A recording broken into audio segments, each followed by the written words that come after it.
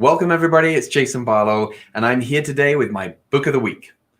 Book of the week, Grit by Angela Duckworth. Welcome everybody, it's Jason Barlow, RMT, and I'm here today as your therapist and as your coach to help you transform that stress, tension, and pain into health, happiness, and vitality. Every Friday, I share with you one of my favorite books of the week. Now, this particular book I'm sharing this week, I actually read over a year ago. Nevertheless, what a powerful book. It examines and explores human behavior from a professor of psychology at University of Pennsylvania, and that is Angela Duckworth, the author. And so you've probably heard that word before, grit. We might use it on a daily basis. We might use it if we're teaching youth sports in our community, or we might just teach it to our kids generally. But I think of the word grit as something that, you want to sink your teeth into, and you're like a dog with a bone, and you won't let it go until you've achieved something that you want to from it, whatever that looks like. And sometimes that achievement might even be the failure, right? We live in a society, I think, where we're so centered on success and achievement as being this grandiose and, big explosions of fireworks and popcorn and so forth. But sometimes success can be defined by the very failures. And even Michael Jordan himself, and I think you probably heard of Michael Jordan before, said it himself that he was successful because he failed multiple times. So is there a success in failing? Is the question. Beyond that, we're not getting too deep into psychology today, but I firmly believe that every time we fail, we are learning. And I try to share this with my kids and impress this upon them, because every time we slip, we fall, we bang, we bump, we trip, we encounter challenges in our life. That's our very birthplace of the next opportunity. Wouldn't you agree? The growth, the evolvement, the development. I mean, think about how many new businesses have exploded or developed in this last 12 months since COVID has really hit. Yeah, very tragic and sad on many levels for those who've lost work and jobs and businesses shut down. There's always an opposite side to it.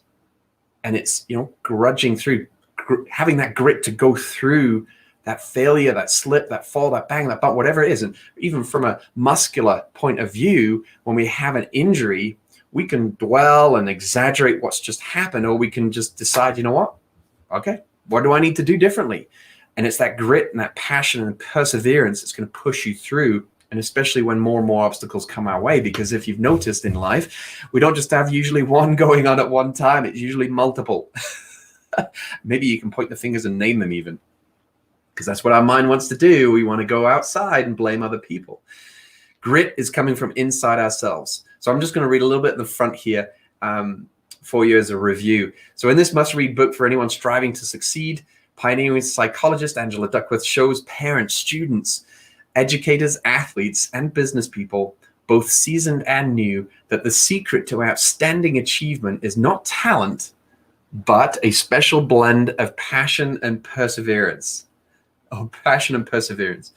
Passion and persistence, she calls grit. Sorry, my phone distracted me momentarily there. I hope you're still on Instagrammers. I apologize if you're not, but how would you know if you got, anyway. Drawing on her own powerful story as the daughter of a scientist who frequently noted her lack of genius, Duckworth, now a celebrated researcher and professor, describes her early, eye-opening stints in teaching, business consulting, and neuroscience, which led to the hypothesis that what really drives success is not genius, but a unique combination of passion and long-term perseverance. And think about that. Duckworth's explaining that from her side. Her father would berate her, would get on her case. And that actually became a seed for her to want to succeed, as well as to prove and illustrate and demonstrate that it was possible. That had her father not said those things or done those things, the question is, would she have gone on to achieve the success? Sorry, I'm just reading a comment. That's funny, Elaine. Would she have gone on and achieved those things in her life? Think about your own life.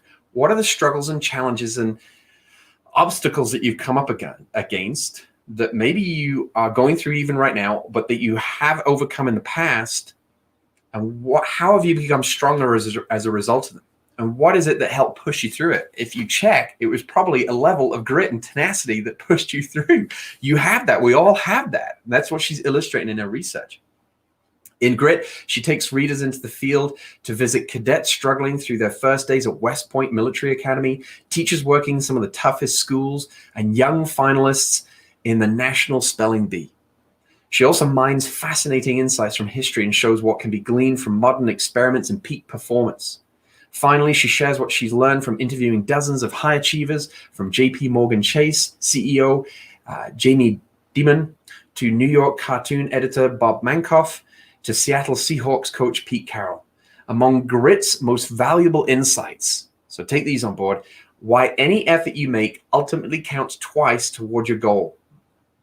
Because sometimes you find like you're putting this effort in and you're like, man, I don't know if I'm really achieving anything.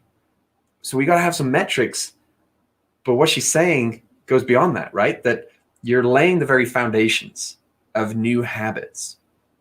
So even if it turns out to be a failure, that's a success in many regards, because it's teaching you how to change your path or reshape it.